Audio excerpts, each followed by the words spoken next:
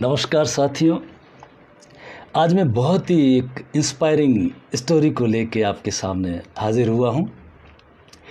एक बार एक गांव के किसानों से बरसात के राजा इंद्र नाराज हो गए।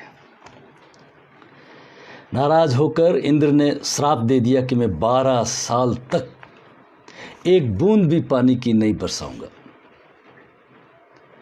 किसान बहुत दुखी हुए। उन्होंने खूब प्रार्थना की इंद्र से। इंद्र ने कह दिया, इसका अब मैं श्राप तो वापस नहीं ले सकता। एक ही उपाय है कि आप भगवान शिव से निवेदन करें। वो चाहे तो इसमें रियायत दे सकते। अगर उनका डमरू बीच में बज गया तो बरसात हो सकती है। और इस बीच इंद्र ने बड़ी चतुराई से भगवान शिव को बता भी दी बात, कैसे ऐसे आपके पास किसान आएंगे और आप उनकी बात सुनना मत। खैर, किसान गए भगवान शिव के पास में। भोलेनाथ है, उन्होंने वही रटा रटाया उत्तर दे दिया कि भाई मेरा डमरू तो 12 साल बाद बजेगा। खैर, किसान निराश लौट आए। सब ने अपना काम धाम छोड़ दिया, खेती बाड़ी छोड़ दी, क्योंकि बारिश तो होगी नहीं। लेकिन एक किसान था जो लगातार अपने काम में लगा हुआ था, बराबर खेती किए जा रहा था, बीज बोए जा रहा था। ऐसे करते करते 3 साल बीत गए। तीसरे साल वो आए। सभी किसान उस अपने साथी के पास में आके बोला, भाई तू कैसा मूर्ख आदमी है, जब मालूम है कि 12 साल तक कोई बूंद नहीं बरसने वाली है और तू ये अपना समय का और पैसों की बर्बादी किए जा रहा है। उस किसान ने कहा, आप सही कह रहे हो, लेकिन मेरे को अपनी प्रैक्टिस को बनाए रखना ज़रूरी है। अगर मैं अपनी प्रैक्टिस भूल गया, वो स्किल को भूल गया, मेरी फिटनेस और स्टेमिना अगर वो नहीं रहा, तो फिर 12 साल बाद मैं करूँगा क्या? मैं वापस इस खेती को नहीं कर पाऊँगा। उसकी इस अच्छी बात को सुन के माँ पार्वती को बहुत अच्छा लगा।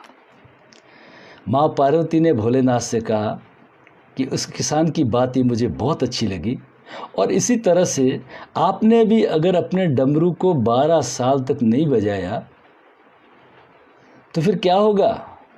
आप भी डमरू बजाना भूल जाओगे। और भोलेनाथ एकदम चिंतित हो गए, और इस चिंता में भोलेनाथ ने डमरू बजा दिया। और जैसे ही डमरू बजा और घनघोर बारिश हुई और उस किसान की फसल लहला उठी और बाकी किसान लोग उसको देखते रहे। तो ये है अभ्यास, हमें क्या है, परफेक्ट बनाता है। हम बूढ़े और बीमार भी इसीलिए पड़ते हैं कि हम अभ्यास करना छोड़ देते हैं। इसलिए लॉकडाउन 2 दिन बढ़े, 2 सप्ताह बढ़े या 2 माह बढ़े, उसको हमें रुकना नहीं है। हमें अपनी प्रैक्टिस को, अपनी स्किल को, जिस प्रोफेशन में है उसको हमें डेवलप करते जाना है।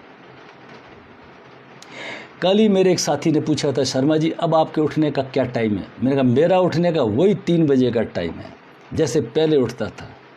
हाँ, पहले एम्स में जाके योग कराता था, अब मैं घर पे ऑनलाइन कराता हूँ। लेकिन वही 5:30 योग स्टार्ट हो जाता है। अपने उस टाइम टेबल में कुछ भी फ़र्क नहीं रखा है। मेरे को लॉकडाउन की अवधि पर ध्यान नहीं देना है, अपनी स्किल पर, अपने ज्ञान को बढ़ाना है, ताकि हम चैलेंजेस का मुकाबला कर सकें। बहुत बहुत धन्यवाद, आपने मुझे सुना। और अब समय है वापस हम रीथिंक करें और वापस अपनी स्किल को और बेहतर बनाएं और बेहतर बनाएं। और लॉकडाउन कब ख़त्म होगा उस पर हम ध्यान ना दें। धन्यवाद।